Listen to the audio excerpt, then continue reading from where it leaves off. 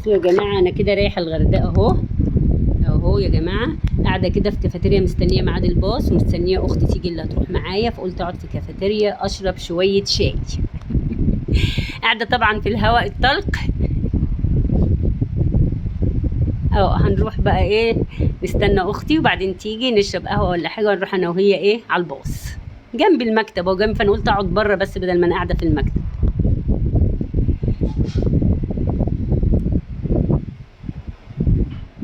نروح بقى ايه بعد شويه نركب الباص ونحط حاجتنا في الباص. تمام.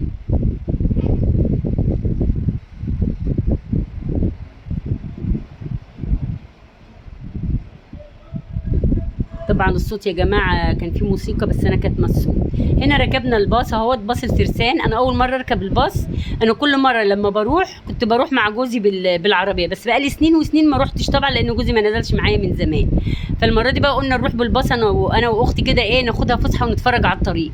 ركبنا من مكتب الفرسان يا جماعه اهو، مكتب كويس جدا ومريح بيقولوا، انا ما روحتش، انا اول مره اجربه بصراحه. فالباص شكله يعني مريح. فهنركب الباص اهوت بتاع الفرسان. طبعا احنا واخدين الكرسيين اللي قدام خالص اهو. يلا بينا ندخل الباص.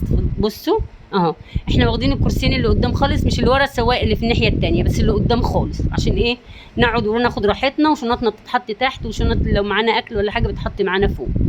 كده بدأنا الطريق يا جماعه. هنبدأ بقى اول ما طلعنا كده، ما نطلع من، انا ركبت من دمنهور، خلي بالكم راكبه من دمنهور. جيت من اسكندريه دمنهور واستنيت اختي في الموقف وهي جاتني، وركبنا احنا الاثنين مع بعض وبدانا نطلع بقى من دمنهور. كده احنا ماشيين المشوار ده كله لسه ما طلعناش من دمنهور يا جماعه. هنطلع بقى وايه، هتخليكم معايا ايه واحده واحده كده. الرحله دي هوريكم حاجات حلوه كتير، هنصور في الغردقه حاجات جميله قوي اول ما انزل واول ما اروح ودخلت الغردقه وكل حاجه هصورها لكم.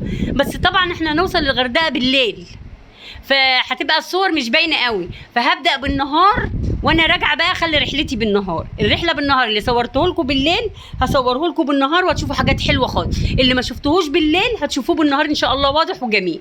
هصور لكم كل حاجه بقى، لان انا وانا رايحه مش عارفه ايه ده وايه ده وتايهه ومانيش شايفه، فصورت اي كلام. فانا سالت بقى. هنا نزلنا الريست، بصوا نزلنا الريست، اول ريست يا جماعه. نزلنا اول ريست اهو، دخلنا الكافيتيريا اللي موجوده في البنزيمه. طبعا الباص بيقف، لازم يقف ربع ساعه او 10 دقايق عشان الناس اللي عايز يخش الحمام، اللي عايز يغسل وشه، اللي عايز يمشي رجليه، اللي عايز يستنشق هوا نضيف غير الهوا الباص. فنزلنا كلنا ودخلنا ايه اهو الباص بتاعنا اهو. واحنا نزلنا دخلنا الكافيتيريا. هنخش نشوف فيها ايه الكافيتيريا، نشرب شاي، نشرب قهوه، نشوف فيها بسكوتات، نشوف فيها اي حاجه ناكلها برضو ونطلع. يلا بينا. طبعا الكافيتيريا هنا يا جماعه اللي بتبقى على الطريق بتبقى اسعار سياحيه طبعا اغلى من البلد من جوه، فكل حاجه هنلاقيها ايه غاليه شويه. فندخل نشوف الاسعار بتاعتنا كده، مش هندور على الاسعار طبعا لانه ريست 10 دقايق بتاكلي اي حاجه وتطلعي. هنا البسكوتات بصوا كلها بانواعها، بس طبعا غاليه، اسعار غاليه جدا. بصوا ادي بسكوتات اهي اللي هي الويفر اللي هي بالكريمه وبالفانيليا اهي، بصوا والشوكولاته اها. ديت بكام ده البسكوت ده؟ مش شايفاه اهو، 45 دولار تقريبا الكيس، ودوت ب 25 دولار تقريبا اهو. واستنى ما البس النضاره يا ولاد اهو. كل الاسعار دي طبعا اسعار اغلى من بره بكتير بكتير بكتير اهو. بصوا ده بسكوت بالتمر اها، ده ب5 دولار. باكل البسكوت الصغنن ده ب5 جنيه، قصدي انا بتكلم بالدولار، 5 جنيه. طبعا الاسعار هنا بالمصري يا ولاد مش بالدولار، انا واخده على الدولار بقى بقول بالدولار، معلش سامحوني. ده بسكوت كده بالشعير زي بسكوت الشاي، طعمه حلو برده جميل قوي. ده بالشوكولاته. كل انواع البسكوتات موجوده، بس انا بجري عشان ريقكم ما يجريش بس، واللي عنده سكر ما ياكلش حاجه الحام. انا مش جبتش طبعا حاجه من الحاجات دي لان سكرنا عالي قوي قوي قوي قوي، انا واختي كلنا مسكرين. الاسعار غاليه طبعا، اللي ب45 واللي ب35. الشوكولاتات برده هنلاقيها غاليه، هنبص عليها ورا اهي الشوكولاتات اهو. بصوا هنبص نشوف الشوكولاتات غاليه، الشوكولاتات موجوده اهي. اهي بصوا السنيكر وغير السنيكر والجماعه دي اهي اهي. تمام. دي كده الشوكولاتات يا جماعه اهي. الشوكولاته السنيكر 35 جنيه. انا معرفش بره بكام، بيقولوا ب25، يعني هي زياده 10 جنيه تقريبا اهو. زياده 10 جنيه. بس انت ماشيه على الطريق بقى، ما بتبصيش للزياده ولا مش زياده، مش مشكله بقى طالما عايزه الحاجه. التويكس هيت اللي هي محشيه اللي بالكراميل ديت، بسكوته بالكراميل اهي جميله. برضو غاليه عن بره. كل دي انواع شوكولاتات يا جماعه. خش على القهوه بقى، جبنا واحد قهوه اهو. بص، واحد شاي الاول، واختي جابت واحد قهوه. انا جبت واحد شاي ب 25 جنيه، وهي شاي فتله وحبه ميه، دول ب 25 جنيه، والسكر حطيتهولك قدامك، حطي زي ما انت عايزه. تمام. اختي بقى جابت واحد قهوه ب 30 جنيه، يعني واحد القهوه ب 30 جنيه. بس احنا طبعا المضطر يركب الصعب، احنا عايزين نشرب شاي وعايزين نشرب قهوه، فما عادي بقى. هي مش هتشربي كل مره، ده هي مره واحده وخلاص، على الطريق هتشربيها اهو. تمام. حطيت شويه سكر صغيرين لاني شبعت مراره بقى، كفايه مراره، حتى الطريق كله مراره في مراره، فايه قلت اشرب بقى ايه شويه سكر على الشاي. وركبنا الباص بتاعنا واتجهنا على طريقنا دي. احنا ماشيين اهو الطريق اهو. طلعنا بقى بره دمنهور وبره الحتت دي على الطريق بقى ناحيه السويس بقى كده. ماشيين اهو الطريق ده، مش عارفه اسمه طريق ايه طبعا، انا ما اعرفش طرق، بما اني ما اعرفش طرق فما اعرفش اسمي ولا اخمن. انا بسال المشرف اللي معانا ده ايه وده ايه، هو بيقول لي، فبقول زي ما هو بيقول، انا ماليش دعوه. ماشيين احنا كده على الطريق اهوت. السواق بتاعنا هادي وسواقته جميله جدا، انا مرتاحه معاه قوي قوي قوي قوي، غير اي سواق تاني بركب اي مواصله تاني هنا في مصر. السواقه هنا عجيبه وغريبه، واللي ما كانش الواحد بهلوان هنا في مصر ما يعرفش يسوق. السواقه هنا صعب جدا.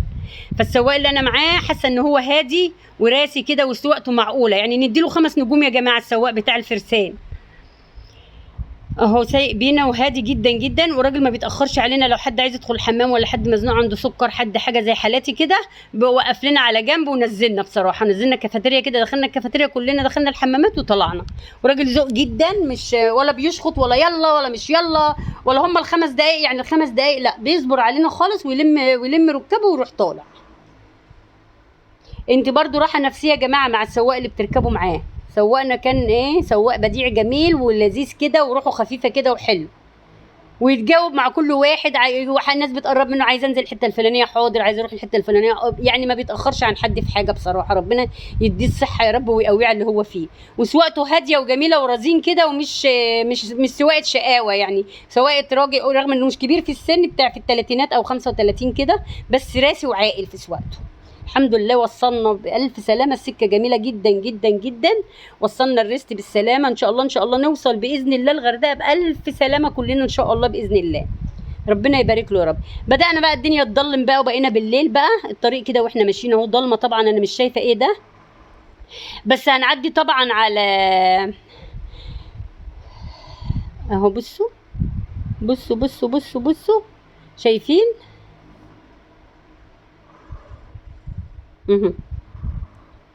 دخلنا كده على طرق بقى ايه خلاص، ضلمه خالص، وقرى بقى ومدن وحاجات كده جميله قوي